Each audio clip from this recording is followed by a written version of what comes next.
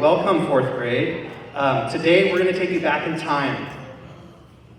But before we go back in time, since we're in this time, make sure everyone's wearing their masks, fifth grade and fourth grade. And if you'll notice, the speakers will be taking their masks off to talk, but that's just because they're up here far away, okay? All right, so we're going to take you far back in time, a time before this country was even a country, a time when this country didn't even belong to this country. It belonged to another country far across the Atlantic Ocean. And then you're going to also learn about a time when our country decided to actually become a country by breaking away from that other country.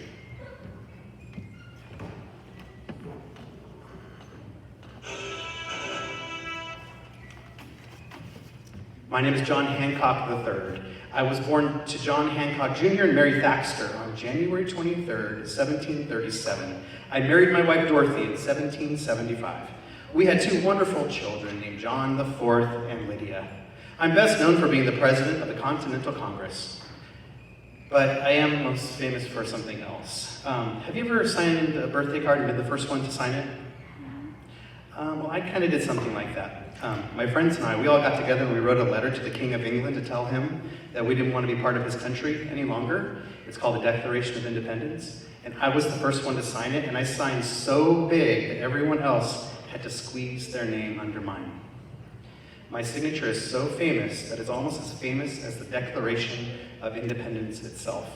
So next time you need your mom or dad to sign something for you, you can tell them to just put their John Hancock on it. Okay, can I introduce you to some of my friends that are here with me? All right. First person I want to bring up is Marquise de Lafayette.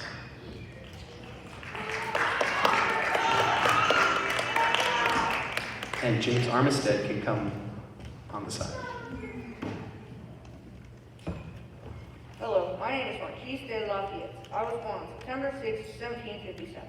To my mother, Marie Louise Joliet de la Rivera. I married my wife, Marie Adrienne Francois de Noailles, April 11, 1774. We had a son whose name was George Washington Lafayette. I am best known for helping to win the final battle in the American Revolution. I led my group of soldiers into many battles. We won most of them, but had a fair share of losses. But in the end, it all paid off. Thank you for listening, and God bless America. Thank you, Marquise. James Armistead is up, and Abigail Adams is going to come up to get ready. Hello, I am James Armistead. I was born in New Kent, Virginia on 1748 as an enslaved African-American man owned by William Armistead. I am best known for working as a spy during the American Revolution. My master gave me permission to join the revolutionary cause. If not for my report, Lafayette and General Washington may not have won the Battle of Yorktown, with the British officially surrendered. Even though I played a critical part in the war, I was not given my freedom because I was considered a slave spy, not a soldier. It was the Marquis de Lafayette who later sent a letter requesting my freedom. It was granted in 1787, and I took the last name of Lafayette out of gratitude. After the war, I got married, raised a large family, and lived as a farmer until my death in 1830. Thank you, James. All right. Coming up is Abigail Adams. If Ms. Alexander Hamilton's sister-in-law could join us on the side. Hello, my name is Abigail Adams. I was born on November 22nd in 1744. My mother and father were Elizabeth Quincy Smith and William Smith, and I was also the eldest of my other three siblings. My siblings' names were Mary Smith Cranch, Elizabeth Shawn Peabody, and my younger brother William Smith, who was named after my father. I married my true love, John Adams, on October 25th in 1764. Me and John had 5 kids. John Quincy Adams, who'd be one of the Presidents of the United States of America, Abigail Adams Smith, Susanna Adams, Charles Adams, and Thomas Boylston Adams. I am best known for being a wife to an American president and a mother of another American president. I am also known for being an early advocate for women's rights and sending a letter to my husband while he was working called Remember the Ladies. That means that while he was fighting for America, he was also fighting for the future of the women of America. One of the reasons I was an early advocate for women's rights is because when I was growing up, I never got as good of an education as men. So to put it more simply, I supported women's education, and one time people started to call me Mrs. President because I was not as quiet and informed as other women. I was outspoken and didn't like to be seen without a heard.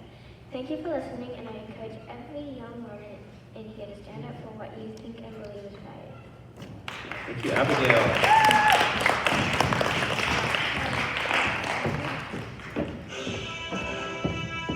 This is Alexander Hamilton's sister-in-law. I'll let her introduce herself.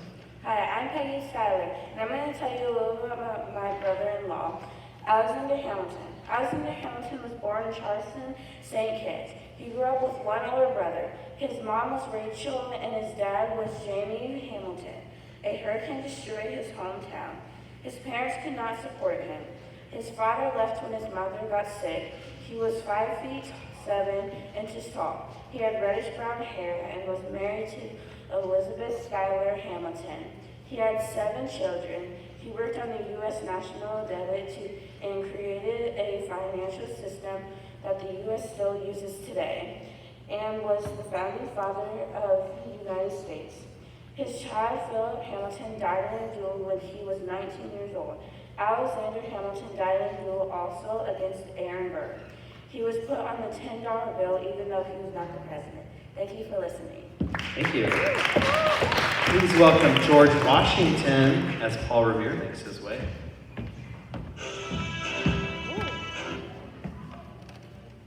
Hi, I'm George Washington. My father was Augustine Washington. My mother was Mary Ball Washington. I was born February 22nd, 1732 in Pokes Creek. My wife was Martha Washington, and I had no children. I'm most known for being the first president of the United States. I also led my own army as a president. I am on the dollar bill. I also enslaved people at 11 years old. My very first job was as a surveyor. I also got smallpox when I went to Barbados. I also led an attack that started the World War. My teeth weren't wooden, but they were made of my slave's teeth, brass, iron, and steel. I died in 1799 from a throat infection. So the next time you use a dollar bill, remember me. Thank you, George. Please welcome Paul Revere. Ben Franklin's coming to the side. Hello and welcome. My name is Paul Revere. I was born January 1st, 1735. I had 2 wives. I married my first wife August 4th, 1757, and my second wife on October 10th, 1773. I had 16 children and outlasted 10 of my children. I still managed to have 52 grandchildren. I'm well known for my midnight ride and participating in the Boston Tea Party and being a son of liberty. I died in 1818 at the age of 83 in Boston at my home. Well, it looks like there's 2 lanterns. I best be off now. But don't forget, when you want to ride a horse, ride at midnight. Thank you for listening. Hope you have a great day. Thanks, Paul. All right, Ben Franklin's coming, and Charles Cornwallis is coming to the side. Hi there, my name is Benjamin Franklin, and I have 16 siblings. I am a scientist and engineer, a musician, and took part in politics, writing music, and diplomacy. I am called the first American. I am 5'9" and have gray eyes. I have a skullet and brown hair. I don't have any hair on the top of my head, and I was too old to become the president when the Constitution was signed, and I'm on the $100 bill. Thank you, Ben. Please welcome General Charles Cornwallis as Alexander Hamilton makes his way. Her way. Welcome, everyone. My name is Charles Cornwallis II. I was born to Elizabeth Cornwallis and Charles Cornwallis the first on December 31st, 1738. I married my wife, Jemima, on July 14th, 1768. We had two wonderful children, Lady Jane Cornwallis and Lady Mary Cornwallis. I am best known for surrendering the Battle of Yorktown. I was born in London, United Kingdom, and had two brothers growing up. I had a big house and was very rich. My mom was Elizabeth Cornwallis, and my brother William became an admiral in the Navy. I also went to Clare College. Although I was a very good general, I am best known for surrendering to end the Revolutionary War. Thank you. Thank you, Charles. Please welcome Mrs. Hamilton as George Washington makes his way.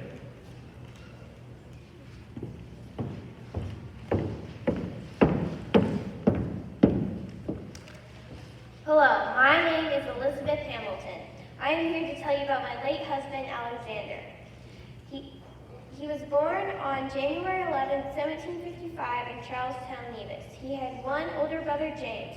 His father left the family when Alexander was very young, and in 1768 his mother became sick and died. He was orphaned until a prosperous merchant took him in and treated him with great kindness. My beloved husband was 5'7", had blue eyes and unique reddish-brown hair.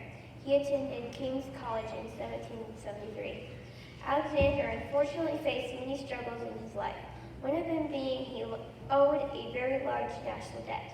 Also, when he was young, a treacherous hurricane ripped through his small helpless town. So many were killed, and Hamilton was left saying, "I could have seemed to die." Alexander was extremely hardworking and achieved many great things. He never stopped until he was satisfied and always kept working even when times were challenging. He was a founding father. He helped draft the U.S. Constitution and served proudly as the first Secretary of Treasury. He also was the founder and chief architect of the United States financial system. And you can't forget, after he finished at King's College in 1775, he and other King's College alumni joined a militia and fought in the war. In 1780, we were engaged and married. On July 12, 1804, in New Jersey, Alexander was tragically killed by a gunshot wound in his side when he was in a duel with Aaron Burr. Thank you for listening. Thank you, Mrs. Hamilton. Please welcome George Washington.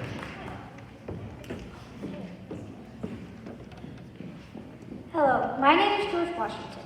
I was born February 22nd, 1732 in Westmoreland County, Virginia. When I was young, I had my own garden, and when I was old enough, I also had my own pony. I had blue eyes, a long nose, and I was 6'2". I didn't go to college and get an education after my father died. I had to limit school funds. I married Martha Washington after the death of Martha's husband. I didn't have any children, but I took care of Martha's children like they were my own.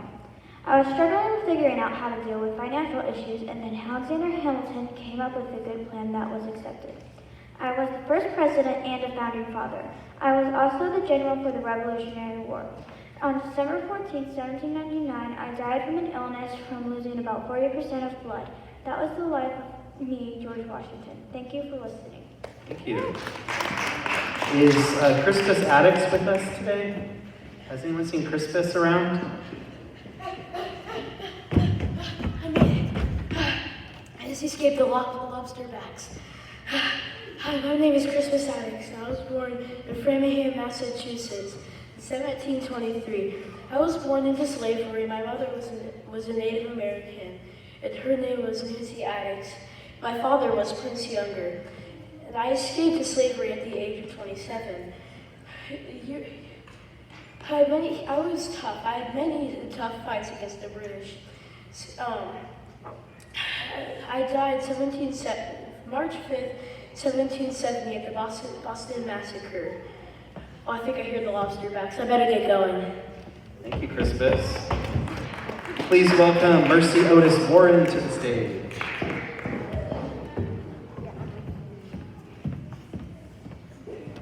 Hi, my name is Mercy Otis Warren. I was born on September 14, 1728 in Barnstable, Massachusetts. This is also where I lived. I had brown hair and brown eyes. I weighed 142 pounds and my height was 5 feet 3 inches. Girls back then did not get an education. but I would listen to my brothers when he was studying for Harvard. I married James Warner and I had 5 kids. They were Henry Warner, Ursula Warner, James Warner, Charles Warner, and George Warner. I had a challenging life. I had to work on a farm with my family.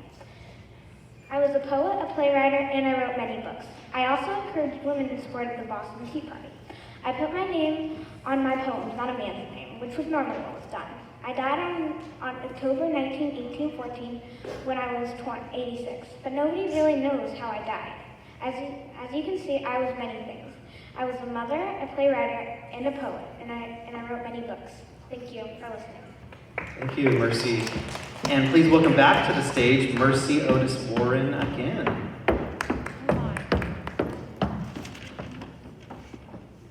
Hey, my name is Mercy Otis Warren.